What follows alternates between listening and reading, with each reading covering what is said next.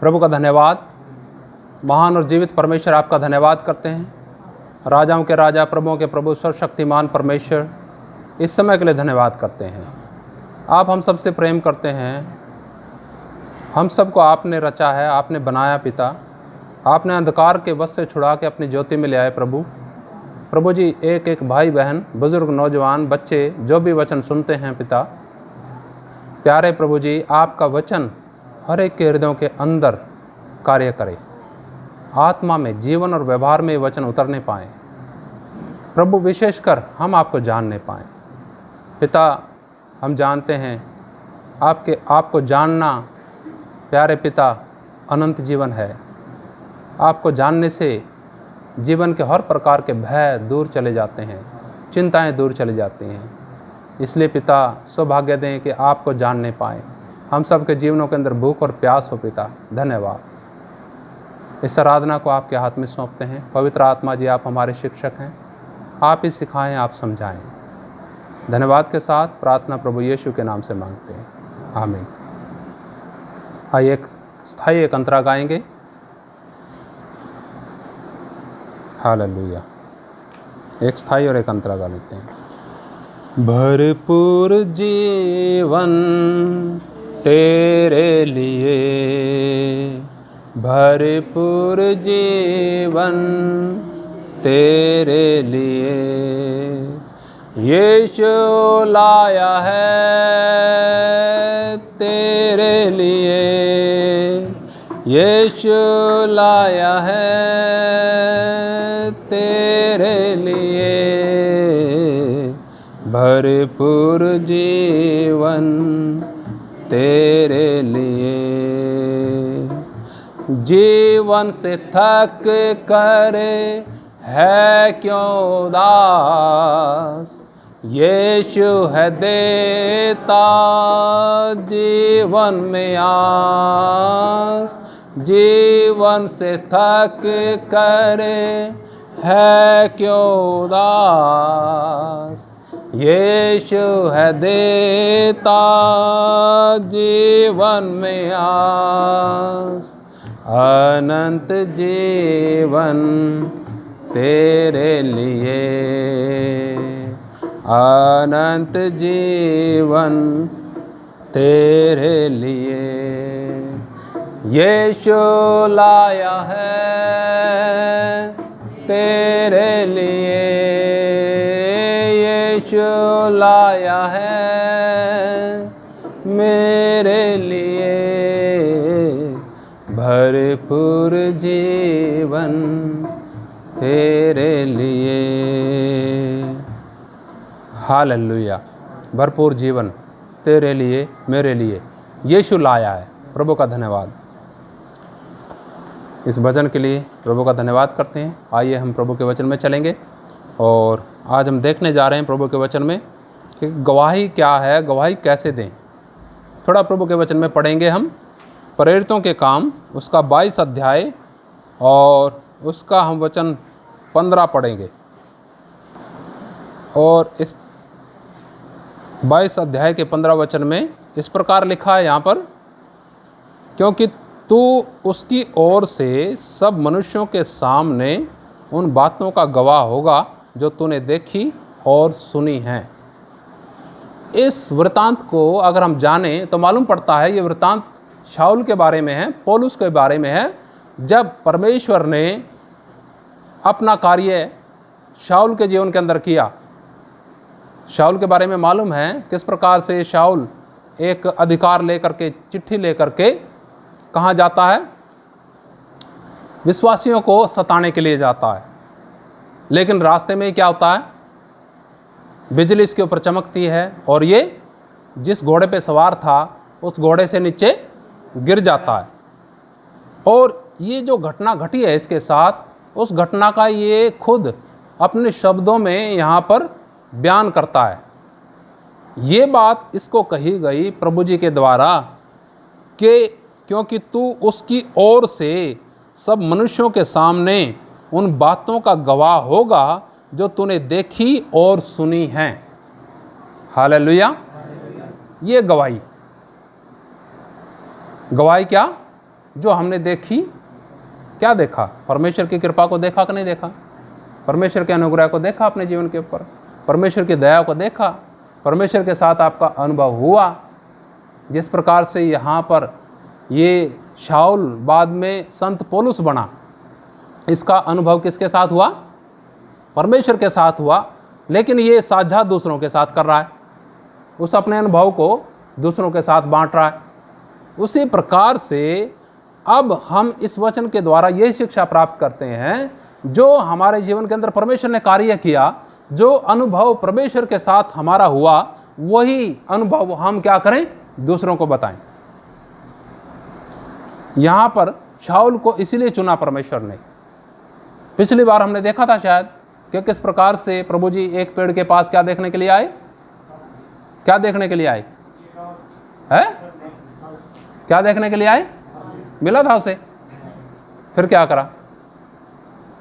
उस घटना का पूरा वृत्तांत पिछली वचन की क्लास में आपको जरूर मिलेगा, जो उसमें अपलोड है यूट्यूब पर, आप देख सकते हैं। लेकिन आज हम यहाँ पर देखते हैं प्रभु जी का हृदय। जब आप वचन पढ़ोगे, ऐसा इस प्रकार से मत पढ़ें कि आपके पास बहुत सारी इच्छाएं हैं, आज तो बड़ी चिंता है, आज तो ये है, आज तो वो है, इसलिए मैं वचन पढ़ लूँ। आपको परमेश्वर का वचन किस प्रकार से बात करेगा? अपना हृदय के बारे में बात करेगा या वो आपकी चिंता का समाधान करेगा? अपने हृदय के बारे में तो, अपने इच्छा के बारे में तो जब भी बात करेगा जब हम सुनने के लिए तैयार होंगे, जब हम बिल्कुल सुनने बैठे हैं, ठीक है। लेकिन अपनी चिंताओं से, अपनी बातों से भरे बैठे हैं, तो ये चीज़ थोड़ी समझ में आएगी। जो यहाँ पर प्रभु जी ने बताई, जो पिछली बार हमने देखी, वो चीज़ नहीं समझ में आएगी हमें, क्योंकि हम अपने ही बनाए हुए जाल में क्या फंसे जाते हैं। इसलिए आप सुनिएगा प्रभु का वचन क्या कहता है। तो आगे हम देखते हैं और वचन देखेंगे। पहला यूहन्ना 4 अध्याय उसका 14 वचन पढ़ेंगे। पहला यूहन्ना 4 अध्याय और 14 वचन पढ़ेंगे। इसको मैं पढ़ना चाहूँगा आपके बीच में। तो हमारी गवाही का आधार क्या होना चाहिए? जो अभी हमने देखा, हमारा अनुभव। परमेश्वर का वचन जाके हम प्रचार नहीं करते, याद रखना आप। परमेश्वर का वचन जा करके प्रचार नहीं करते, हम अपनी गवाही देते हैं। उसका मतलब हमारा जो अनुभव, जो हमने देखा भाला प्रभु के साथ, हमारा जो अनुभव हो वो। लेकिन जो थोड़ा सुनने के लिए तैयार हैं, हम उन्हें और आगे बता सकते हैं। जितना भी हमें आता है, जितना भी सुसमाचार हमें मालूम है, जितना भी खुशखबरी हमें मालूम है, वो तो दूसरों तक पहुंचाएं। यही तो उद्देश्य परमेश्वर ने हमारे लिए, आपके लिए तैयार किया। लेकिन यही समझ में नहीं आता हमें, बाकी सारी चीज़ें समझ में आती हैं। थोड़ा और पढ़ेंगे हम। पहला यूहन्ना 4 अध्याय उसका 14 वचन पढ़ना चाहूँगा आप लोगों के बीच में। यहाँ इस प्रकार लिखा है, हमने देख भी लिया और गवाही देते हैं कि पिता ने पुत्र को जगत का उद्धारकर्ता करके भेजा। हालेलुया। और ये गवाही, कौन सी गवाही? यीशु मसीह दुनिया में किस लिए आया, उद्देश्य ना। यहाँ पर एक उद्देश्य बताया गया। क्या उद्देश्य बताया? पिता ने पुत्र को किस लिए भेजा? ये कहता हमने देख भी लिया। आप सब ने भी देख लिया, मैंने भी देख लिया। आप सबके जीवन में भी विश्वास है, मेरे भी जीवन में विश्वास है। आपके जीवन के ऊपर भी परमेश्वर की कृपा, मेरे जीवन के ऊपर भी परमेश्वर की कृपा है। हमने उसकी भलाइयों को देखा है। हम उसकी भलाइयों का क्यों ना बखान करें? हम क्यों ना उस उद्देश्य को लोगों तक पहुंचाएं, जिस उद्देश्य के लिए परमेश्वर ने अपने पुत्र यीशु मसीह को इस दुनिया के अंदर भेजा। क्या करने के लिए भेजा? कि वो हमें क्या करे? वो रोटी खिलाए जिसे खा के हम फिर भी रोटी मांगने लगें। वो पानी पिलाए जिसे पीकर फिर हमें प्यास लगे। उसी के लिए भेजा। उस रोटी के लिए भेजा जिसे खा करके तृप्त हो जाए। हालेलुया। वो जल देने के लिए भेजा जिसे पी करके फिर प्यास ना लगे। हालेलुया। उस गहरी बात के विषय में, उस गहरे उद्देश्य के विषय में बहुत कम लोग दूसरों तक वचन पहुंचाते हैं। बाकी तो दुनिया करती है कार्य, लगे पड़े हैं अपने अपने उद्देश्य को लेकर के। उस उद्देश्य को, जो उद्देश्य है परमेश्वर ने आपके लिए, मेरे लिए रखा है, वो उस उद्देश्य को पहुंचाने में नाकाम है आज के लोग। हर एक नहीं, लेकिन ज़्यादातर लोग नाकाम हैं, क्योंकि वो अगली क्लास में जाना ही नहीं चाहते। असली गहरा उद्देश्य तो मैं आपको बताता हूँ परमेश्वर के वचन में क्या है। ये बुनियादी बातें हैं, लेकिन जो अल्टीमेट, जो एक वो कहते हैं ना उद्देश्य जो है अंततः, वो है उसके समानता और स्वरूप में अंश अंश करके तैयार होना। हालेलुया। किसके समानता? वो है क्या? जिसने आकाश बनाया, जिसने ज़मीन बनाई, जिसने मनुष्यों के अंदर सांस फूंकी, उसका इतना गहरा प्रेम, वो इतना हमसे प्रेम करता है कि हम जो मट्टी से बने हुए सृष्टि हैं उसकी, ये सृष्टि उसके समान हो जाए। हालेलुया। कोई आपका, मैं सोचता हूँ आज के समय में ऐसा माहौल है, आपका पड़ोसी नहीं चाहेगा कि आप उसके समान हो जाओ। चाहेगा? कभी नहीं चाहेगा वो। आप अपने मकान की नींव रखोगे ना 1 फुट, तो वो कितना बढ़ा देगा उसको अपने मकान की? साइड में अपना मकान बना रहा है, वो कितना बढ़ाएगा वो? लेकिन परमेश्वर ऐसा नहीं है, ये मनुष्य का स्वभाव है।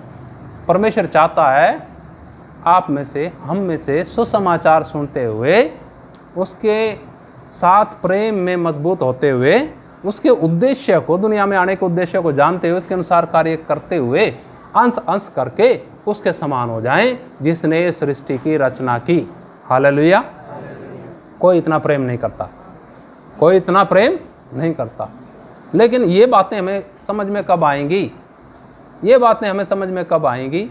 जब हम थोड़ा ठहर के और बड़े गंभीरता से अपना जीवन व्यतीत करेंगे। चंचल व्यक्ति को कैसे समझ में आ जाएंगी, या उस व्यक्ति को कैसे समझ में आ जाएंगी ये बातें जो पहले ही चिंता से भरा हुआ है, जो पहले ही परेशानी से भरा हुआ है। ठीक है, उसको तो दूसरा इलाज कराने की ज़रूरत है। ये बातें समझने के उसको मतलब वो समझेगा ही नहीं ये बातें अगर सुनाई भी जाएं।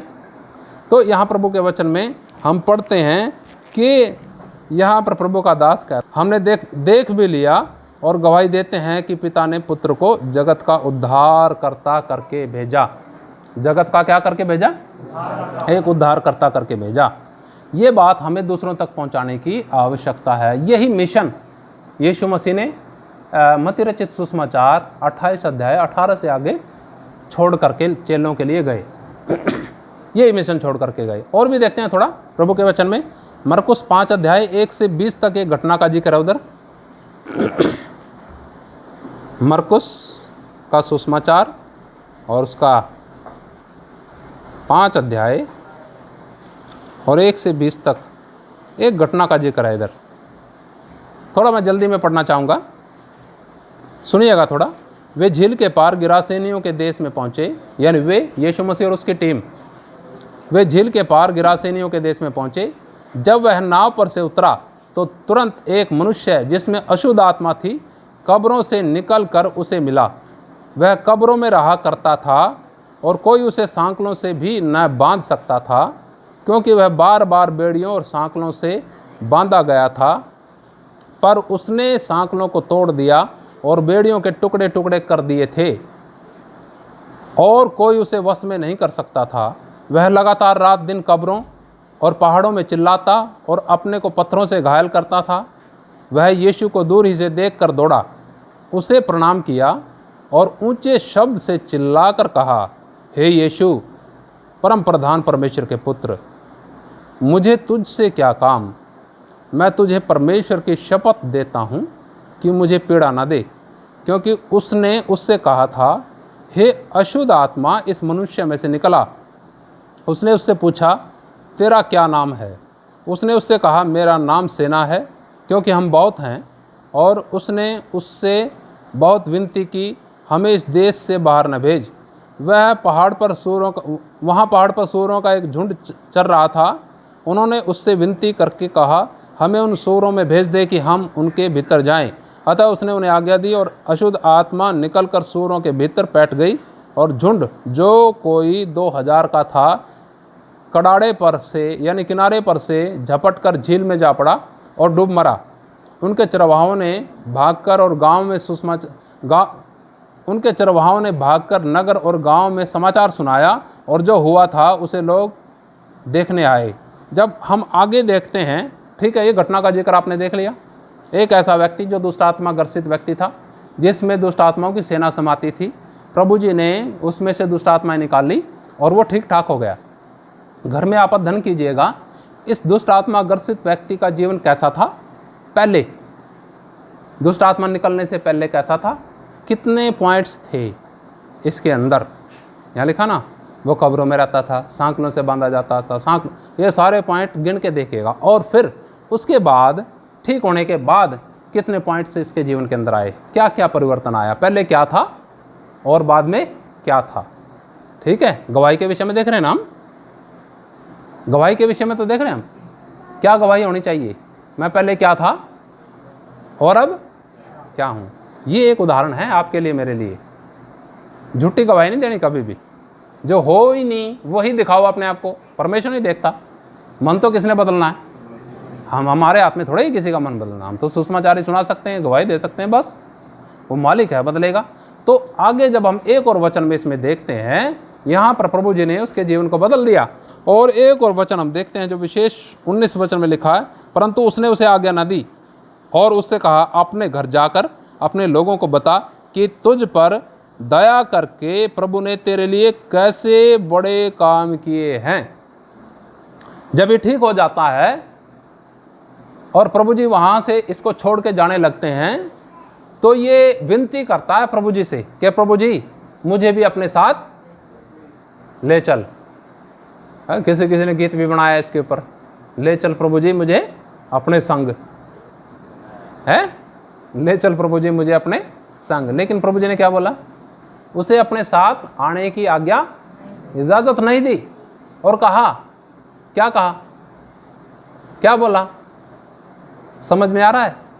संदेश तो हम सुन रहे हैं, बहुत अच्छा, बहुत बढ़िया, बहुत बढ़िया, बस। लेकिन उससे शिक्षा क्या प्राप्त कर रहे हो? प्रभु जी ने बोला कि तू जा अपने घर के लोगों के पास, रिश्तेदारों के पास, घर के लोग मतलब अपने रिश्तेदार, भाई बंधु, मित्र प्यारे, उनके पास जा करके क्या बोल, उन्हें बता प्रभु जी ने तेरे लिए कैसे बड़े बड़े काम किए। ये है गवाही। ठीक है, इसमें इसका ज्ञान की आवश्यकता है, कितने ज्ञान की आवश्यकता है इसमें। लेकिन ज़्यादातर कलीसियाओं के अंदर निष्क्रिय लोग, बम होता ना, बम कितना खतरनाक है ना लेकिन क्या, जब वो निष्क्रिय हो तो, निष्क्रिय हो तो क्या है वो, सक्रिय हो तो कितना खतरनाक। ठीक, अब कुछ भी चीज़ है, पेन है, उसमें स्याही नहीं, क्या करते रहो, चलाते रहो। समझ में आया आपके? चलाते रहो, बात नहीं बढ़ने की वो।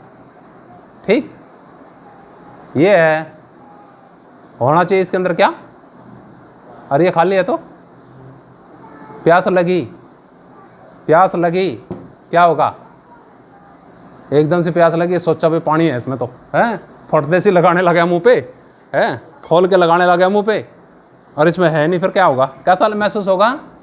कृष्ण भाई कैसा लगेगा? प्रभु जी फल देखने के लिए आए पेड़ के पास, क्यों? बहुत पेट भरा हुआ था प्रभु जी का ना, है ना, भूखे थोड़ी थे। भूखा आदमी तो भूखा आदमी थोड़ी खाने को ढूंढता है, भूखा आदमी तो पानी को ढूंढता है, ऐसा नहीं। भूख लगी होगी तभी तो पेड़ पे फल ढूंढने के लिए आए होंगे, ठीक है, तभी तो ढूंढने के लिए आए, लेकिन मिला जब ही एकदम से क्या बोला, कैसे काट दे। समझ में आया? यह आपके लिए और मेरे लिए आज का संदेश। ठीक, क्या हम परमेश्वर के उन बड़े बड़े कामों की चर्चा लोगों तक पहुंचाते हैं जो प्रभु जी ने हमारे जीवन के अंदर किए? यह परमेश्वर का आदेश है, प्रभु का आदेश है। हम अपनी सुविधा के अनुसार करते हैं कार्य। हम क्या करते हैं? अपनी सुविधा के अनुसार। प्रभु का धन्यवाद। लेकिन आप में बहुत से ऐसे लोग हैं, प्रभु जी ने उनको मन दिया। यहाँ बहुत से ऐसे लोग थे, मौका मिलेगा आपसे मुलाकात मैं कराऊंगा। इसी कलीसिया में लोग थे जो आज सीखने के बाद प्रभु के प्रेम से भर करके अलग अलग जगह कलीसियाएँ लगाते हैं। अलग अलग जगह बैठ करके क्या करते हैं? कलीसियाएँ लगाते हैं। एक भाई विनोद भी तो है ना, अभी घर में बैठ करके वो प्रार्थना कर रहा होगा, वचन लोगों को सुना रहा होगा। यही तो उद्देश्य बताया प्रभु जी ने। और क्या बताया, वही समझ में नहीं आता। क्यों? हम प्रभु जी से प्रेम नहीं करते। जब हम प्रभु जी से प्रेम करेंगे, हम सारी चीज़ों को क्या करेंगे, सेक्रीफाइस करने की कोशिश करेंगे, बलिदान करने की कोशिश करेंगे। जीवन के अंदर गाली देने का स्वभाव है, मान लो, ठीक है, और मसीह का प्रेम आ गया और मैंने दूसरों को सुसमाचार सुनाना, क्या करूँगा मैं? दोनों चीज़ साथ चलाऊँगा। हाँ जी अशोक जी, क्या होगा फिर? अगर प्रभु का प्रेम है तो क्या करना पड़ेगा? क्योंकि प्रभु का प्रेम है ना, तो सेक्रीफाइस हो गया ना कि प्रभु ये तेरी वेदी पे मैंने चढ़ा दिया आज, ताकि दूसरों का क्या मिले? जीवन मिले। है, फल देखने के लिए आता है। वो कहता है कि बखान करो, व्याख्या करो, समझाओ कि परमेश्वर ने तुम्हारे लिए कैसे बड़े बड़े काम किए। तो इस घटना का जिक्र आप अपने घर में पढ़िएगा। थोड़ा और देखते हैं, हम जल्दी जल्दी समाप्ति की तरफ जाएंगे। कुछ वचन है ये, इन वचनों का अध्ययन बाद में कीजिएगा, पढ़िएगा। याकूब की पत्री 5 अध्याय 19 और 20 वचन लास्ट में मिलेगा। याकूब की पत्री 5 अध्याय 19 और 20 वचन।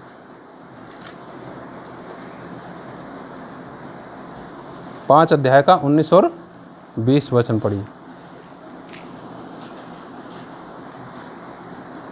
यहाँ ऐसा लिखा है, मैं पढ़ता हूँ आप लोगों के लिए।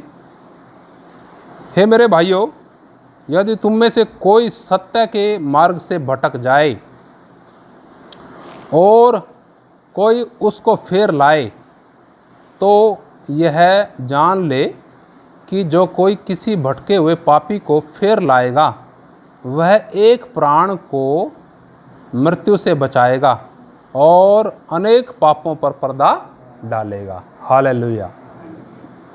अब आप इस वचन के द्वारा गवाही देने का महत्व जान सकते हैं। ये वैसी है क्या? एक व्यक्ति अंधकार में है, एक व्यक्ति शराबी है, हत्यारा है, हत्याएं करता फिरता है, 4-5 उसने हत्याएं कर दी और वो आपको मिल गया और आपने उसको सुसमाचार सुनाया, उसका मन बदल गया।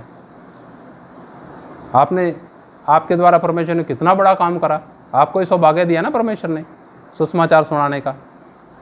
तो यही है सुसमाचार सुनाना, गवाही देना, एक व्यक्ति के प्राण को मृत्यु से जीवन की तरफ ले आना। ठीक है, कहाँ लेके आना? यहाँ वचन को दोबारा पढ़ता हूँ मैं, सुनिएगा। गवाही देने का कितना मतलब मोल है, कितना उसका महत्व है, कितने उसका गंभीरता से हमें समझना चाहिए। और ये तो पास्टरों का काम है, इधर उधर घूमते फिरते हैं, वैसे घूमते फिरते हैं, क्योंकि उनके ऊपर प्रकाशन हो गया ना इस वचन का, उनको समझ में आ गया ना, जब भी तो आते जाते हैं। बारिश हो, आंधी हो, तूफान हो, जैसा मर्जी हो, हमें कोई परवाह नहीं। अभी तो है घर हमारे पास साधन, लेकिन हमेशा से साधन तो था नहीं। शुरुआत तो साधन के साथ हुई नहीं, शुरुआत तो सन 88 में हुई थी हमारी। ठीक, कहाँ सारी चीज़, घर बार छोड़ करके सारी चीज़, कुछ भी है परमेश्वर के लिए सब कुछ त्याग। आज भी ऐसा ही है, आज भी हमारा मन ऐसा ही है। परमेश्वर का धन्यवाद, परमेश्वर ने ऐसा मन दिया कि परमेश्वर के लिए कुछ भी त्याग की आवश्यकता हो तो उस समय तैयार रहना चाहिए। छोटी सी चीज़ को लोग त्याग नहीं कर सकते। किस प्रकार से समझेंगे वो परमेश्वर के वचन को, परमेश्वर के उद्देश्य को? इस बात को कैसे समझेंगे? इस बात को वही समझेगा जिसके अंदर परमेश्वर का प्रेम है, जिसने मसीह को अपने जीवन में महसूस किया कि मेरे पापों के लिए अपने लहू की एक एक बूंद बहाई, उसने क्रूस पर अपने लहू की एक एक बूंद बहाई। कोड़े खाए किसके लिए? उसने डाका डाला था, चोरी करी थी, ये सब काम हमने करे, लेकिन सजा किसको मिली? यीशु मसीह को। तो क्यों ना हम उसके प्रेम के बारे में दूसरों को बताएं, ताकि दूसरों को जीवन मिले, उनके प्राण बचें। सुनिए, देखिए क्या लिखा है इधर वचन में। हे मेरे भाइयों, यदि तुम में से कोई सत्य के मार्ग से भटक जाए और कोई उसको फेर लाए, तो वह ये जान ले कि जो कोई किसी भटके हुए पापी को फेर लाएगा, वह एक प्राण को मौत से बचाएगा और उनके पापों पर पर्दा डालेगा। हालेलुया। लेकिन इसको, उद्देश्य को समझ तो लिया। इस उद्देश्य को जीवन में कैसे लागू करते हैं? इस उद्देश्य को जीवन के अंदर लागू कैसे करते हैं? एक वचन के साथ हम समाप्त करेंगे, और ये वचन आप निकाल लीजिएगा। लूका का सुसमाचार उसका 11 अध्याय 21 और 22 वचन। लूका का सुसमाचार 11 अध्याय 21 और 22 वचन।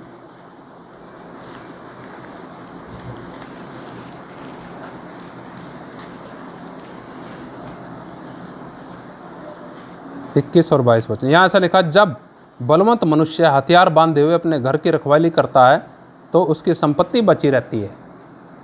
एक मजबूत आदमी है, बलवंत मनुष्य है और हथियार बांधे हुए क्या करता है, वो अपने घर की रखवाली करता है तो संपत्ति क्या रहती है, उसकी बची हुई है। फिर आगे वचन में लिखा है 22 में, पर जब उससे बढ़कर कोई और बलवंत चढ़ाई करके उसे जीत लेता है तो उसके वे हथियार जिन पर उसका भरोसा था छीन लेता है और उसकी संपत्ति लूट कर बांट देता है। अब ये जो वचन है हमने पढ़ा, ये किस विषय में है? ये उन गवाहों के विषय में है जो चाहते हैं गवाही देना, लेकिन उनको उस स्थान का, उन लोगों का अच्छे से आभास नहीं है जो किसने बांध रखे हैं, शैतान ने। शैतान ने अपने हथियारों के द्वारा उनको घेर रखा है। झूठ, फरेब, चोरी, कुकर्म, हत्या, व्यभिचार, अशुद्ध काम, सारी चीज़ें डाल रखी मनुष्यों में। पूरा उनको क्या कर रखा है, नशे, जुआ, सारी चीज़ के द्वारा शैतान ने क्या कर रखा है, बांध रखा है। तो आज़ाद करवाना उनको। ताकतवर है वो व्यक्ति, कैसे करेंगे, कैसे करेंगे जी बंटी भाई, है कैसे? जब तक उससे ज़्यादा बलवंत नहीं हो तब तक नहीं छूटेंगे वो। कैसे बलवंत होना है? कोई मंत्र तो इधर दिया नहीं जाता कि ला वे इसको पुकारते रहिए और बलवंत हो जाएगा, वो नहीं है। इधर बलवंत होना है तो प्रभु के चरणों में ठहरना है, उसके स्वर्गीय सामर्थ्य प्राप्त करनी है प्रार्थना में। ठीक है, प्रार्थना में अपना समय लगाना है। बहुत से लोग आप में से बैठते हैं प्रभु के चरणों में, भाई अशोक भी ठहरते हैं, बहन राजवंती भी लगाती हैं समय प्रभु के चरणों में, और भी बहुत से लोग हैं, भाई भी हैं, कई लोग हैं इधर जो समय लगाते हैं। इसलिए आप आज की जो वचन है नोट कीजिएगा सारे ध्यान से। आप चाहते हैं किसी का प्राण मौत से बचे, किसी का प्राण बच जाता है एक्सीडेंट में, सड़क पे एक्सीडेंट हो गया और वो तगड़ा एक्सीडेंट हुआ और उसमें प्राण किसी का बच गया, तो लोग क्या कहेंगे? आम आदमी भी कहेगा यार चलो शुक्र है बच गया। आम आदमी भी क्या बोलेगा? क्योंकि प्राण एक बार गया तो गया बस। फिर बहुत से ऐसे रिश्तेदार नहीं है अपने, मित्र प्यारे नहीं है अपने, जो नहीं जानते प्रभु को या आपके अनुभव को परमेश्वर के साथ, और कभी भी दुनिया छोड़ के जा सकते हैं। अशोक जी के गए हैं कुछ ना, ऐसे आपने बताया था गढ़वाल में कि जी मैं जाना चाहता था, लेकिन वो जाने से पहले ही किसी ने क्या कर लिया, सुसाइड कर लिया। काश वहाँ तक शुभ संदेश पहुँच जाए, लेकिन ये शुभ संदेश पहुँचेगा आत्मिक प्रार्थना के साथ। आज़ादी लोगों को मिलेगी जब आप प्रभु के चरणों में ठहर करके स्वर्गीय सामर्थ्य प्राप्त करोगे, स्वर्गीय बल प्राप्त करोगे। प्रभु का धन्यवाद, प्रभु की स्तुति। तो आज का जो संदेश था यहीं तक संदेश था, आप मनन कीजिएगा। आपको नहीं समझ में आए, यूट्यूब पे जब संदेश आएगा तो यूट्यूब पे आप इसको रिवाइंड करके बार बार देख सकते हैं कौन सा वचन है, उसका अर्थ क्या है। आइए हम प्रार्थना करेंगे, आंखें बंद करें। महान जीवित परमेश्वर आपका धन्यवाद, राजाओं के राजा, प्रभुओं के प्रभु, सर्वशक्तिमान परमेश्वर आपका धन्यवाद करते हैं इस समय के लिए। प्रभु आपके चरणों में जितने भाई बंद इधर हैं, प्रभु आज का वचन आप सिखाएं पवित्र आत्मा जी, ताकि हम सब निष्क्रिय ना हों, सक्रिय होने पाएँ। प्यारे पिता, हम जानते हैं गवाही देने का अर्थ और सुसमाचार सुनाने का अर्थ है कि एक पापी को उसके पापों से फेर के लेके आना, एक व्यक्ति के प्राण बचना। धन्यवाद प्रभु, इस कार्य के लिए हम सबको इस्तेमाल करें पिता, और प्रभु जी गंभीर करें हम सबको। धन्यवाद, सब कुछ आपके हाथ में सौंपते हुए धन्यवाद के साथ प्रार्थना प्रभु यीशु के नाम से मांगते हैं, आमीन। हालेलुया। आइए हम सब खड़े